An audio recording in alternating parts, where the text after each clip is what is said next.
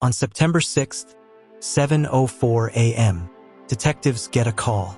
A hospital 40 miles away just flagged a duplicate patient ID in their system, registered under the name Marianne Hayes. But here's the twist. The timestamp? Logged 1 hour after she vanished. When officers rush to the hospital, what they find makes no sense. A patient file, admitted by Marianne herself. Except she never made it back to the hospital that day. Now things spiral. They pull security footage.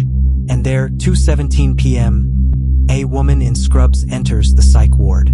Same height, same build, but her face is blurred. Not by the camera, by something else. Like it's been corrupted. The only visible thing? Her hospital badge. Name: Marianne Hayes Department. Behavioral medicine patient assigned. Daniel Crowe. Who is Daniel Crowe? A psychiatric patient. Mid-30s. Admitted for extreme dissociative hallucinations. Diagnosed after he attacked a nurse. Saying, "She's looping again. Make her stop blinking out."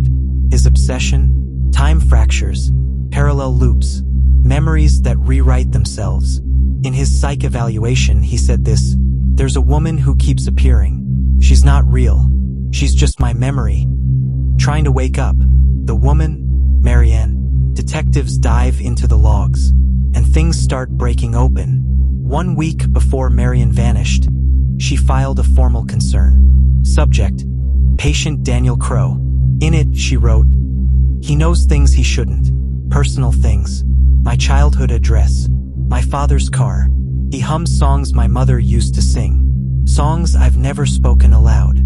Her co-workers dismissed it, called it stress, sleep deprivation. But one nurse remembers something chilling. She started wearing her badge backward, so he couldn't see her name. Then, the twist that flips the case upside down. A janitor finds something in Daniel's old room. Tucked inside a vent, a Polaroid photo of Marianne, asleep, time-stamped 3 days after she disappeared.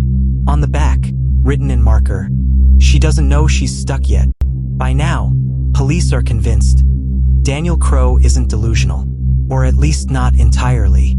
He was stalking her. He knew things no one should, and every piece of his madness was a map. They reopen every file linked to Daniel, and buried deep in a sealed psych folder, a note written by another nurse months before Marianne took over his care. Patient insists he's building a loop, says he's testing how many times a memory can replay before it breaks. He says the first one always glitches. He calls her the timekeeper. That was 4 months ago. The nurse who wrote that report also vanished.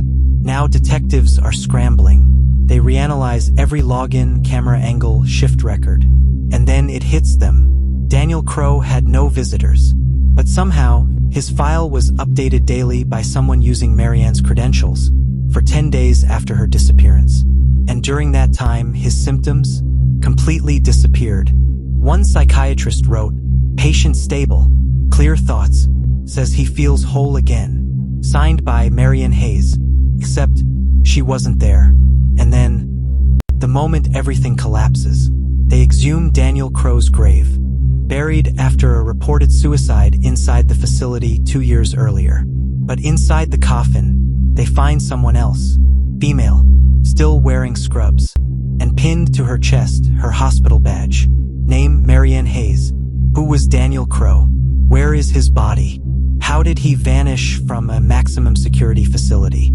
And most chilling of all, if Marianne is buried there, who was the woman caught visiting his grave last week at midnight? She looked just like her. She walked like her, but she never looked at the camera.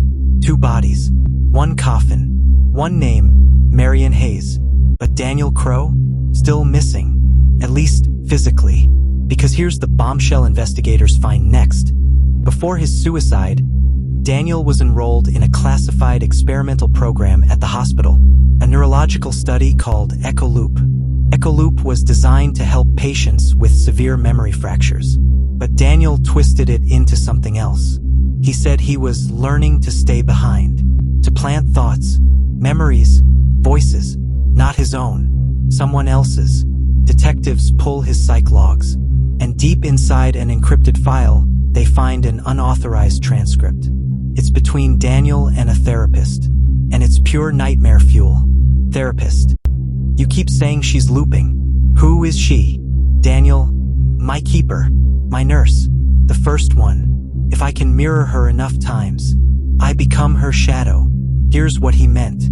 Daniel began mimicking Marianne's speech patterns, her daily routines, even her writing style.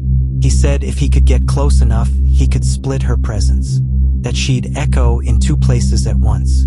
And once the echo detached, she'd lose track of where she belonged. It sounds impossible, until detectives interview nurse number 7 from his care rotation. She tells them this. He kept saying, "You'll dream of her first, then you'll wake up as her. That's how I test if the loop's working." Then she breaks down in tears and hands investigators her journal. Every page, signed off, as Marianne Hayes. She never realized she was doing it. So what exactly was Daniel doing? Here's the theory investigators pieced together.